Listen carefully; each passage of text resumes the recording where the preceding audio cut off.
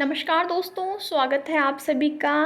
आज की श्रृंखला में होम साइंस के कुछ प्रश्नों को डिस्कस करेंगे जो कि फूड एंड न्यूट्रिशन ब्रांच से लिया गया है और ये प्रश्न आपके एग्ज़ाम के दृष्टिकोण से काफ़ी महत्वपूर्ण है। कोई भी प्रतियोगी परीक्षा अगर आप दे रहे हैं और आपके सिलेबस में होम साइंस सब्जेक्ट है तो यहाँ से प्रश्न बनने ही बनने हैं।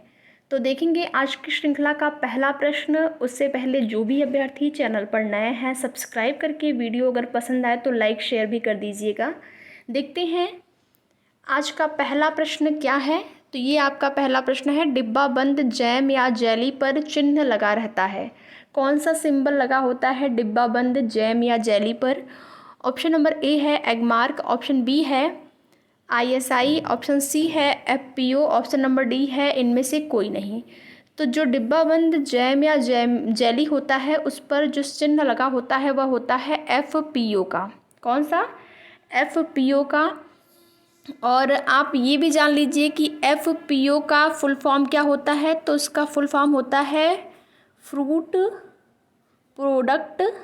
फुल फॉर्म इसका है FPO का फूड प्रोडक्ट ऑर्डर, ये फुल फॉर्म है। फुल फॉर्म भी कई बार एग्ज़ाम में पूछा जाता है तो यहाँ से आप लोग ध्यान रखिएगा। और कब से प्रारंभ हुआ FPO का? प्रारंभ जो है कब हुआ? तो इसका प्रारंभ हुआ था 1955 में, 1955 में। ठीक है, तो प्रश्न का राइट आंसर यहाँ पर हो जाएगा ऑप्शन नंबर सी। FPO जो है चिन्ह लगा रहता है डिब्बा बंद जैम या जेली में। इसके साथ ही साथ जो और भी ऑप्शन है एगमार्क, ISI, उसके बारे में भी थोड़ा सा आप जान जाइए यहाँ पर। एगमार्क क्या होता है? तो जो भी कृषि या खाद्य पदार्थ होते हैं, कृषि संबंधित जो भी खाद्य पदार्थ होते हैं उस पर ये सिंबल लगा होता है एगमार्क का। और ISI क्या है? तो ISI जो होता है, इसका जो सिंबल होता है वो किस पर लगा होता है? तो कोई भी इलेक्ट्रिक जो वस्तुएं होती हैं, जो इलेक्ट्रिक वस्तु होती है उस पर जो है इसका सिंबल लगा होता है। ठीक, इलेक्ट्रिक वस्तुओं में जैसे कि आप समझ सकते हैं यहाँ पर motor, cable, wire, heater, LPG cylinder, इन सब चीज़ों पर ये सिंबल लगा होता है। और इसका भी जो प्रारंभ हुआ था, स्थापना इसकी जो हुई थी, ISI की स्थापना, तो इसकी स्थापना 1955 में हुई थी, 1955 में। तो यहाँ पर इस प्रश्न का राइट आंसर हो जाएगा ऑप्शन नंबर सी। अगला प्रश्न यहाँ पर देखेंगे, पार्श्वरीकरण किसके संरक्षण की विधि है? तो बहुत ही आसान प्रश्न है और ये प्रश्न आपके UP TGT 2021 में पूछा गया है। पार्श्वरीकरण संरक्षण की विधि है, दूध के संरक्षण की विधि है पार्श्वरीकरण। प्रश्न का राइट आंसर ऑप्शन नंबर यहाँ पर हो जाएगा डी। दूध के संरक्षण की विधि को क्या कहते हैं? पार्श्वरीकरण। ठीक है, अगला प्रश्न यहाँ पर देखेंगे क्या है। यहाँ पर देखेंगे नेक्स्ट क्वेश्चन है आपका, दिए गए कूट से सही वाक्यों का चयन कीजिए। वाक्य क्या है? वाक्य यहाँ पर पहला है, ये वाक्य 1 है, वाक्य 2। वाक्य पहला है, घी, मक्खन, वनस्पति तेल, आटा, मसाले एवं शहद जैसी सामग्री हेतु एगमार्क ग्रेडिंग स्वैच्छिक है। वाक्य 2 है, तंबाकू, अखरोट, बासमती चावल, प्याज, आलू के निर्यात हेतु एगमार्क ग्रेडिंग अनिवार्य है। यहाँ पर क्या कह रहा है? एगमार्क ग्रेडिंग स्वैच्छिक है, यहाँ पर अनिवार्य है। तो ये दोनों वाक्य में से कौन सा वाक्य सही है, कौन सा गलत है, ये आपको बताना है। यहाँ पर कूट दिया गया है तो यहाँ पर जो वाक्य पहला है और दूसरा वाक्य दोनों ही सही है। किस प्रकार से सही है? तो घी, मक्खन, वनस्पति तेल, आटा, मसाले, शहद, ये सभी जो होते हैं, सभी सामग्री जो है एगमार्क ग्रेडिंग स्वैच्छिक इसमें होता है। और जो तंबाकू, अखरोट, बासमती चावल, प्याज, आलू, ये सभी होते हैं, इनके निर्यात हेतु क्या होता है? इसके निर्यात हेतु एगमार्क ग्रेडिंग जो है अनिवार्य है। इसके लिए स्वैच्छिक है, इसके लिए अनिवार्य है। तो दोनों ही सही हो जाएगा वाक्य। तो यहाँ राइट आंसर हो जाएगा ऑप्शन नंबर सी, दोनों। वाक्य 1 और वाक्य 2 दोनों ही सही है। अगला प्रश्न यहाँ पर देखेंगे, प्रश्न नंबर 4 है, फलों एवं सब्जियों को उनके मूल भार से 50% तक सुखाकर फ्रीजिंग करके संरक्षित करना क्या कहलाता है? फलों और सब्जियों को उनका जो भार होता है उससे 50% तक सुखा कर रखा जाता है, संरक्षित किया जाता है, तो उसको क्या कहते हैं? ऑप्शन नंबर ए है शार्प फ्रीजिंग, ऑप्शन बी है डीहाइड्रो फ्रीजिंग, ऑप्शन सी है स्लो फ्रीजिंग, ऑप्शन डी है त्वरित फ्रीजिंग। तो यहाँ पर ये जो विधि है, इस विधि से जब संरक्षित करके रखा जाता है तो उसको कहते हैं डीहाइड्रो फ्रीजिंग। ठीक है, प्रश्न का राइट आंसर यहाँ पर हो जाएगा ऑप्शन नंबर बी। यहाँ पर देर तक किसी भी खाद्य पदार्थ को, किसी भी भोज्य पदार्थ को देर तक संरक्षित करने के लिए, सुरक्षित रखने के लिए इस प्रकार की विधि का प्रयोग किया जाता है। और ये विधि क्या कहलाती है? Dehydro freezing. इसमें कोई भी खाद्य पदार्थ है, भोज्य पदार्थ है, उसको उसके भार से 50% तक उसको क्या किया जाता है? सुखा दिया जाता है, जिससे कि वो जल्दी ख़राब नहीं हो। तो राइट आंसर यहाँ पर हो जाएगा प्रश्न का ऑप्शन नंबर बी। अगला प्रश्न यहाँ पर देखते हैं क्या है। यदि मूंगफली को अस्वच्छकर स्थान पर रखा जाता है तो उनमें किस सूक्ष्म जीवाणु से संक्रमित होने की संभावना अधिक होती है? किसको? मूंगफली को पूछा है कि अगर किसी ऐसे स्थान पर रखा जाए जो कि अस्वच्छकर हो तो उसमें किस सूक्ष्म जीवाणु से संक्रमित होने की संभावना अधिक होती है? तो इसका राइट आंसर हो जाएगा एफ्लॉटॉक्सिन। एफ्लॉटॉक्सिन नामक जीवाणु से संक्रमित होने का खतरा जो होता है, या इसका संभावना जो है अधिक रहती है। प्रश्न का राइट आंसर यहाँ पर हो जाएगा ऑप्शन नंबर सी। ठीक है, ऑप्शन नंबर सी इस प्रश्न के लिए राइट आंसर हो जाएगा। अगला प्रश्न यहाँ पर देखेंगे, खमीर व जीवाणुओं को समाप्त करने हेतु निम्न में से कौन प्रभावी है? खमीर व जीवाणुओं को समाप्त करने के लिए पूछ रहा है, कौन यहाँ पर प्रभावी होता है? ऑप्शन नंबर ए है सार्विक अम्ल, ऑप्शन बी है सोडियम बेंजोएट, ऑप्शन सी है एसिटिक अम्ल, ऑप्शन डी है प्रोपायोनिक अम्ल। तो यहाँ पर खमीर व जीवाणुओं को समाप्त करने हेतु प्रभावी होता है, क्या प्रभावी होता है? तो सोडियम बेंजोइट। सोडियम बेंजोइट यहाँ पर इस प्रश्न का राइट आंसर हो जाएगा ऑप्शन नंबर बी। प्रश्न है MPO किसके लिए है? MPO, इसका एक प्रकार से फुल फॉर्म पूछा है। MPO का फुल फॉर्म क्या होगा? तो MPO का फुल फॉर्म होता है meat product order. Option number ए जो है राइट आंसर हो जाएगा। मीट प्रोडक्ट ऑर्डर जो है MPO का फुल फॉर्म है। ठीक है, अगला प्रश्न देखेंगे, FPO मानक का प्रयोग किस पर किया जाता है? FPO मानक का प्रयोग यहाँ पर पूछ रहा है। ऑप्शन नंबर ए है वस्त्रों पर, ऑप्शन बी है मकान बनाने की सामग्री पर, ऑप्शन सी है इलेक्ट्रॉनिक उपकरण पर, ऑप्शन नंबर डी है खाद्य पदार्थों पर। यही प्रश्न इससे पहले भी आपने इसका आंसर दिया, पहला प्रश्न ही था FPO से संबंधित। तो यहाँ पर आपको इसका आंसर देना बहुत ही आसान हो गया होगा। FPO मानक का प्रयोग जो है किसके लिए किया जाता है? तो खाद्य पदार्थों पर किया जाता है। जैसा कि मैंने आप लोगों को इसका फुल फॉर्म भी बताया था, FPO का फ्रूट प्रोडक्ट ऑर्डर इसका फुल फॉर्म है। खाद्य पदार्थों पर इस मानक चिन्ह का प्रयोग किया जाता है। इलेक्ट्रॉनिक उपकरण पर जैसा कि मैंने बताया, क्या बताया था? SIS यहाँ पर ISI मैंने बताया था। इलेक्ट्रॉनिक उपकरण पर ISI, जिसकी स्थापना जो है वो हुई थी 1955 में। प्रारंभ जो है इसका 1955 में हुआ था। तो इस प्रश्न का राइट आंसर ऑप्शन नंबर हो जाएगा डी। अगला प्रश्न देखेंगे क्या है। भोज्य पदार्थों के परिरक्षण में प्रयुक्त होने वाले मुख्य रासायनिक पदार्थ हैं। भोज्य पदार्थों के परिरक्षण के लिए किस रासायनिक पदार्थ का प्रयोग किया जाता है?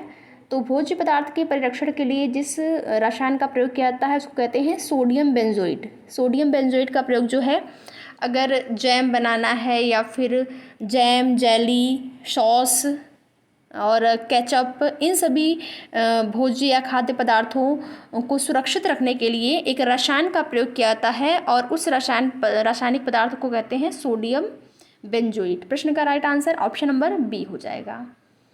अगला प्रश्न, कोल्ड स्टोरेज का तापमान होता है। कोल्ड स्टोरेज का तापमान कितना होता है?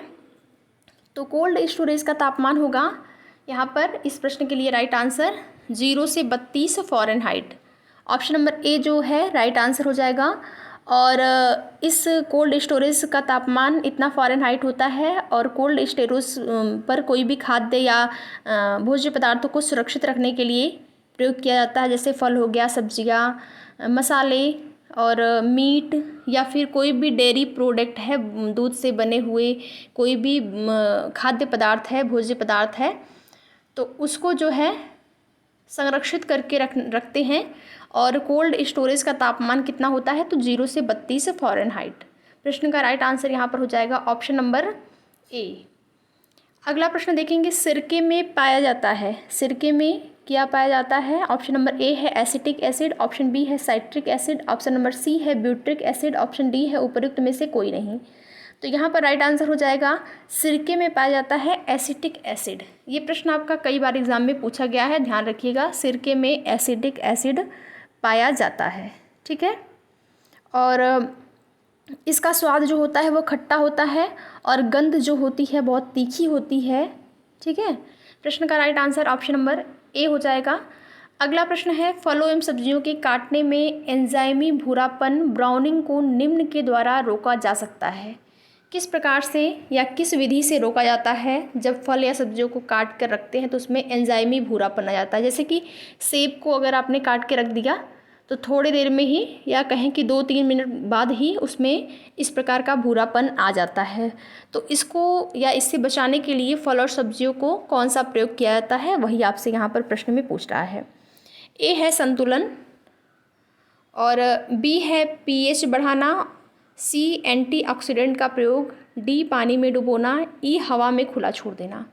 कौन सी विधि का प्रयोग करेंगे फलों और सब्जियों को अगर एंजाइमी भूरापन या ब्राउनिंग को रोकना है, तो यहाँ पर प्रयोग करेंगे संतुलन, और इसके साथ ही साथ संतुलन के साथ एंटीऑक्सीडेंट का प्रयोग करेंगे, और इसके साथ ही साथ यहाँ पर क्या करेंगे, तो पानी में डुबोना। ये 3 विधि जो है ए, सी और डी किस ऑप्शन में है, तो ऑप्शन नंबर सी में है, ए सी डी। इस विधि का प्रयोग करके फलों और सब्जियों को काटने में एंजाइमी जो उसमें ब्राउनिंग होती है उसको रोका जा सकता है। हवा में तो खुला छोड़ देंगे तो वो एकदम बहुत ज़्यादा ही एंजाइमी भूरापन उसमें आ जाता है, तो ये बिल्कुल गलत हो जाएगा। यहाँ पर राइट आंसर ए, सी और डी, ऑप्शन नंबर सी हो गया। अगला प्रश्न देखेंगे, खाद्य पदार्थ को सुरक्षित रखने के लिए कितनी मात्रा में चीनी होनी चाहिए ताकि अन्य किसी परिरक्षक की आवश्यकता न पड़े। अगर खाद्य पदार्थ को अधिक समय तक उसको रखना है सुरक्षित, तो कितनी मात्रा में उसमें चीनी होना चाहिए, ये पूछ रहा है आपको प्रश्न में। तो प्रश्न का यहाँ पर राइट आंसर हो जाएगा ऑप्शन नंबर, देखिए ये जो आपका प्रश्न है वो DSSB में आया हुआ है, DSSB में ये प्रश्न आया हुआ है, और TGT में, DSSB TGT में। तो इसके लिए ऑप्शन नंबर जो है राइट आंसर हो जाएगा डी, 60 से 70%। ठीक है, अगला प्रश्न देखेंगे, किस कार्य प्रणाली के द्वारा नमक की उच्च सांद्रता परिरक्षक की तरह कार्य करती है। ऑप्शन नंबर ए है नमी को घटाकर, ऑप्शन बी है एंजाइम की सक्रियता को घटाती है, ऑप्शन सी है माइक्रोब्स के लिए आवश्यक ऑक्सीजन को नमक की सांद्रता घटाती है, ऑप्शन डी है उपर्युक्त सभी। तो कौन सी प्रणाली है आपको बताना है, किस प्रणाली के द्वारा नमक की उच्च सांद्रता परिरक्षक की तरह कार्य करती है। तो यहाँ पर राइट आंसर हो जाएगा यहाँ आपका ऑप्शन नंबर डी। तो इस प्रश्न का जो राइट आंसर हो जाएगा वो हो जाएगा ऑप्शन नंबर डी। ये सभी जो विधियाँ हैं, सभी जो कार्य प्रणाली दिया गया है इसके द्वारा नमक की उच्च सांद्रता परिरक्षक की तरह कार्य करती हैं। अगला प्रश्न यहाँ पर देखेंगे, पोषक तत्वों को सुरक्षित रखने के लिए कौन सा सोपान मदद नहीं करता है। कौन सा सोपान जो है मदद नहीं करता है पोषक तत्वों को सुरक्षित रखने के लिए। ऑप्शन नंबर ए है प्रेशर कुकर में पकाना, ऑप्शन बी है चावल और दाल को बार बार और सही तरीके से धोना, ऑप्शन सी है सब्जियों के छिलके को न निकालना, ऑप्शन डी है छिलका निकालने से पहले धोना। तो सुरक्षित रखने के लिए कौन सा सोपान नहीं करता है यहाँ पर, तो ऑप्शन नंबर जो बी है ये सुरक्षित रखने के लिए मदद नहीं करता है। चावल और दाल को बार बार धोने से जो है बार बार और सही तरीके से धोने से ऐसा कुछ नहीं होता है। तो प्रश्न का राइट आंसर हो जाएगा ऑप्शन नंबर बी। ठीक है, ऑप्शन नंबर बी। अगला प्रश्न देखेंगे, अधिकतर भोज्य पदार्थों को खराब करने वाले बैक्टीरिया विकसित होते हैं। ऑप्शन ए है अम्लीय पीएच में, ऑप्शन बी है क्षारीय पीएच में, ऑप्शन नंबर सी है न्यूट्रल पीएच में, ऑप्शन डी है उपर्युक्त सभी। तो यहाँ पर अधिकतर जो भोज्य पदार्थ होते हैं उसको खराब करने वाले जो बैक्टीरिया विकसित होते हैं वो होते हैं न्यूट्रल पीएच में, यानी कि ये आपका प्रश्न का राइट आंसर हो जाएगा option number C, neutral pH में। अगला प्रश्न देखेंगे, क्या है टमाटर की सॉस में या चटनी में, वही है प्रयुक्त किया जाने वाला परिरक्षित पदार्थ कौन सा होता है? तो टमाटर की चटनी को जब उसको परिरक्षित करके रखना होता है कुछ दिनों के लिए तो उसमें प्रयोग किया जाता है सोडियम बेंजोएट का। ठीक है, प्रश्न का यहाँ पर राइट आंसर हो जाएगा ऑप्शन नंबर आपका बी। अगला प्रश्न देखेंगे, हीटिंग तकनीक के माध्यम से भोजन को संरक्षित करने वाली विधि का नाम क्या है? हीटिंग तकनीक की एक विधि है जिसके द्वारा भोजन को हीटिंग तकनीकी जो है उसके माध्यम से भोजन को संरक्षित करने वाली जो विधि है उसको क्या नाम दिया गया है? तो उसको नाम दिया गया है कैनिंग। क्या? कैनिंग। ऑप्शन नंबर बी जो है इस प्रश्न का राइट आंसर हो जाएगा। अगला प्रश्न देखेंगे, जैम बनाने में निम्नलिखित का अनुपात महत्वपूर्ण है? किसका अनुपात महत्वपूर्ण है? तो जैम बनाने में चीनी और पैक्टीन यानी कि जिस भी फल से आप जैम बना रहे थे, जिस भी फल का उसका जो गूदा होता है वही होता है पैक्टीन। चीनी और पैक्टीन जैम बनाने में इसका अनुपात जो है ज़्यादा महत्वपूर्ण होता है। ठीक है, अगला प्रश्न, डिब्बाबंदी से संबंधित कानून लागू हुआ था? डिब्बाबंदी से जो संबंधित कानून है वो कब लागू हुआ था? तो हुआ था लागू 1970 में। ठीक, 1970 में लागू हुआ था। ऑप्शन नंबर जो डी है इस प्रश्न का राइट आंसर हो जाएगा। देखेंगे अगला प्रश्न क्या है, खाद्य पदार्थ का संरक्षण की अवधि इससे संबंधित है? किससे संबंधित है खाद्य पदार्थ के संरक्षण की अवधि? ऑप्शन नंबर ए है जल की मात्रा, ऑप्शन बी है पोषक तत्वों की मात्रा, ऑप्शन सी है संरचना, ऑप्शन डी है उपरोक्त में से कोई नहीं। तो खाद्य पदार्थ का संरक्षण की अवधि जो है संबंधित होती है जल की मात्रा में। अगर जल की मात्रा कम है या फिर एकदम सूखा हुआ खाद्य पदार्थ है, भोज्य पदार्थ है, तो वो अधिक समय तक चलता है, अधिक समय तक सुरक्षित रहता है। तो जल की मात्रा पर इसका जो है संबंधित है। प्रश्न का राइट आंसर हो जाएगा ऑप्शन नंबर यहाँ पर ए। अगला प्रश्न देखेंगे। ठीक है, तो ये आज की श्रृंखला का लास्ट प्रश्न था। टोटल 20 प्रश्न हम लोगों ने डिस्कस किया। तो अगर आपको वीडियो पसंद आए तो लाइक शेयर भी कर दीजिएगा, और जो भी अभ्यर्थी चैनल पर नए हैं चैनल को सब्सक्राइब करके आप लोग बेल आइकन को ज़रूर प्रेस कर लीजिएगा ताकि आपको आपकी वीडियो का नोटिफिकेशन जो है मिलता रहे। वीडियो में लास्ट तक बने रहने के लिए आप लोगों का बहुत बहुत धन्यवाद।